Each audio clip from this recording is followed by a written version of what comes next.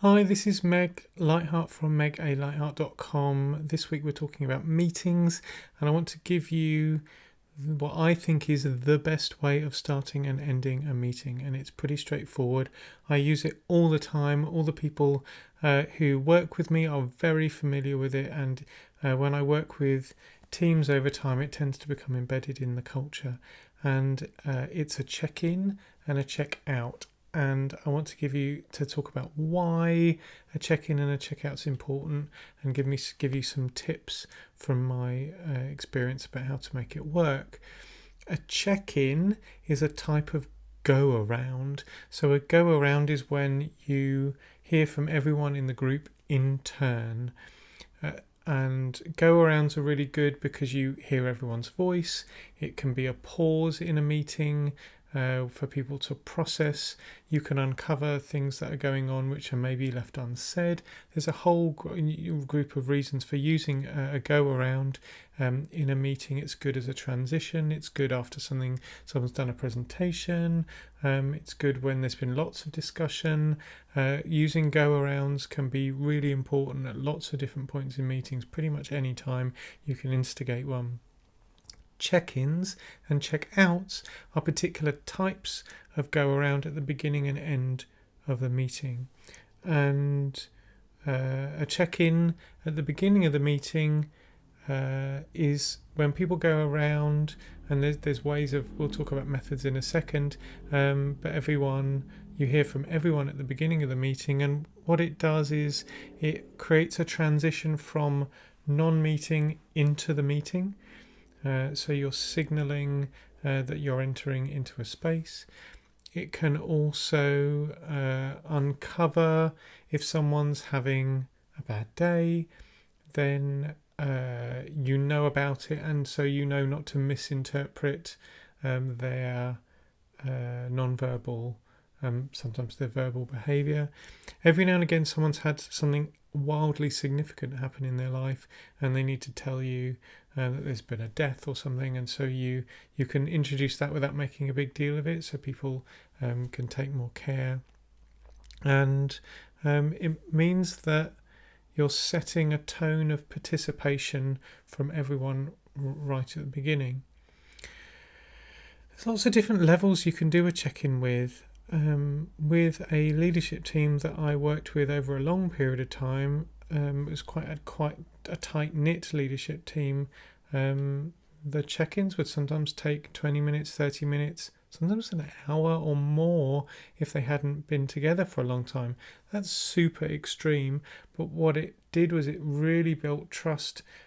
They wanted to build trust as a team and really know each other, and so the check-ins were important because there was loads of emotional stuff going on, and it meant that they could process together and became really important. Generally, check-ins are reasonably swift. You can ask a whole bunch of questions. You can go, what's on a scale of 0 to 10, where's your attention level? 10 being super attentive, 0 being totally checked out. Where are you at? Those kind of closed questions tend to produce a bit of an open answer, so people tend to say why if their attention level is low. You can ask people what's a word or two to describe your mood. That can be good. Though sometimes people find that quite hard. I'd avoid saying what are you feeling. Some people find that quite hard to describe. A couple of words to describe your mood can be good. So I know someone who's done like, what's your colour for today and why? That can be good for some people and not great for others. If you're really just starting the check-in process and you're a bit horsey nervous about it, then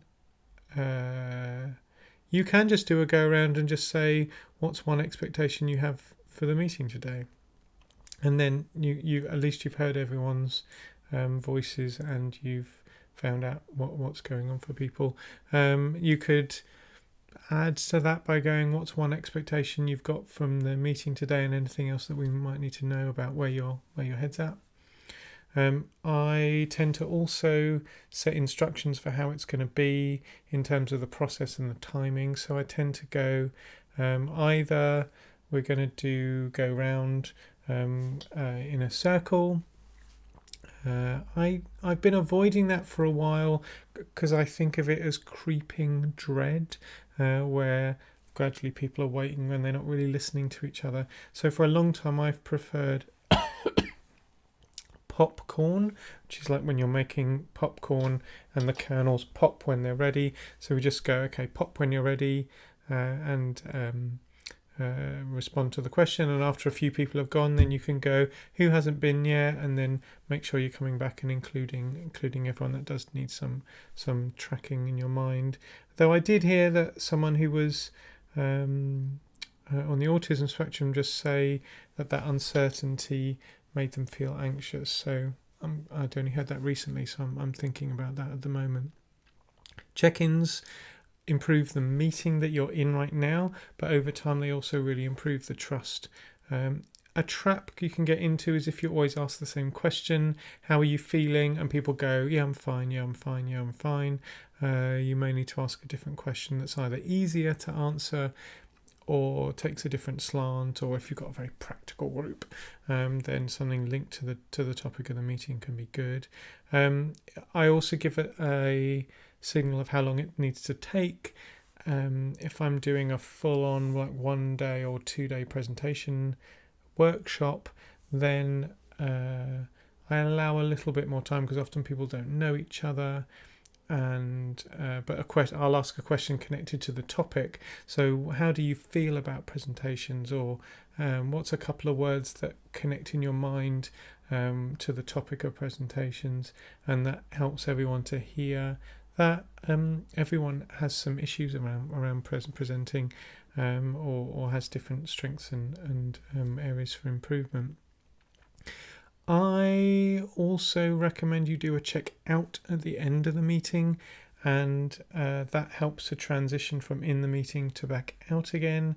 And if there's been lots of discussion, it helps to hear where people are at. I tend to keep checkouts reasonably, unless some significant processings happen, going on like significant emotions. I tend to keep checkouts reasonably brief. So what's top of mind right now for you? What are you really thinking about? What else do I ask? Describe what you're taking away from today in 7 words or less. What's a word to describe your mood as you're leaving the meeting? Really practical one is what are actions that you're taking away from today? What's your next steps? And again, you're just creating a ritual, which means that you've opened the space and then you're closing it again, and people are exiting.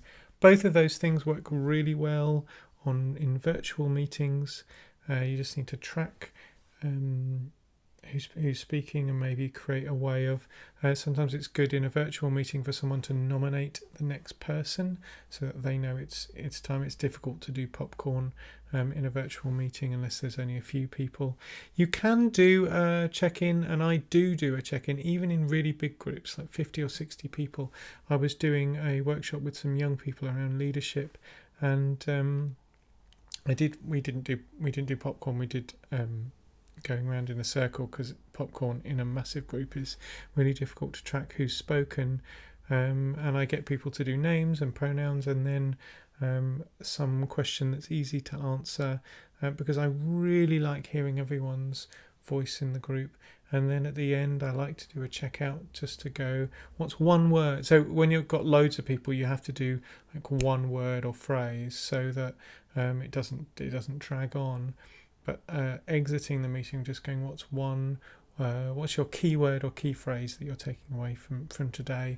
And it creates some different energy in the group. So instituting checking in and checking out. You can blame it on me. You can say, I was call me your coach. Like I